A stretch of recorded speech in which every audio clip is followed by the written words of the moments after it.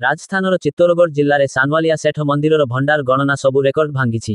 ଗଣନାର 5ଟି ପର୍ଯ୍ୟାୟରେ ଦାନ ପରିମାଣ 40 କୋଟି ଟଙ୍କା ଅତିକ୍ରମ କରିଛି।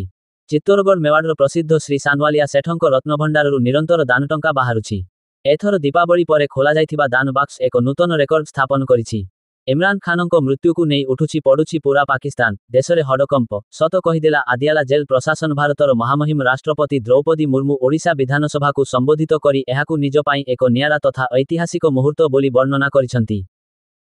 କିଛି ଖାଦ୍ୟ ସାମଗ୍ରୀ ଅଛି ଯାହାକୁ ଫ୍ରିଜରେ ରଖିବା ଉଚିତ ନୁହେଁ। ଏହି ଜିନିଷଗୁଡ଼ିକୁ ଫ୍ରିଜରେ ରଖିବା ଦ୍ୱାରା ଅନେକ ଉପାୟରେ ସ୍ୱାସ୍ଥ୍ୟ ପାଇଁ କ୍ଷତି ହୋଇପାରେ। ଜୁଆରେ ସ୍ତ୍ରୀକୁ ବାଜି ଲଗେଇଲା ସ୍ୱାମୀ, 8 ଜଣ ନୃଶଂସଙ୍କ କଲେ ପାଳି ପାଳି କରି କଲେ ଗଣବଳାତ୍କାର, ଶ୍ୱଶୁର ଏବଂ ଦେଢ଼ଶୁର ମଧ୍ୟ ଲୁଟିଲେ ଇଜ୍ଜତ। ଆମେ ଆପଣଙ୍କୁ ସେହି ଅଭିନେତା ଏବଂ ଅଭିନେତ୍ରୀଙ୍କ ବିଷୟରେ କହିବାକୁ ଯାଉଛୁ ଯାହାଙ୍କ ଭିତରେ ସବୁବେଳେ ମାରପିଟ ହେଉଥିଲା। 1. ଆଦିତ୍ୟ ପଞ୍ଚୌଲି ଓ କଙ୍ଗନା ରନୌତ। 2026 ଆଉ ମାତ୍ର କିଛି ଦିନ ବାକି ଅଛି। ଆଗାମୀ ବର୍ଷ ବହୁତ ସ୍ୱତନ୍ତ୍ର ହେବାକୁ ଯାଉଛି, କାରଣ ଏଥିରେ 12 ବଦଳରେ ଟି ମାସ ରହିବ। ଆଉ ନାହିଁ ସେଇ ଦବଦବା। ନବୀନଙ୍କ ଡାକ ଶୁଣିଲେନିରୁ ଅଧିକ ବିଧାୟକ।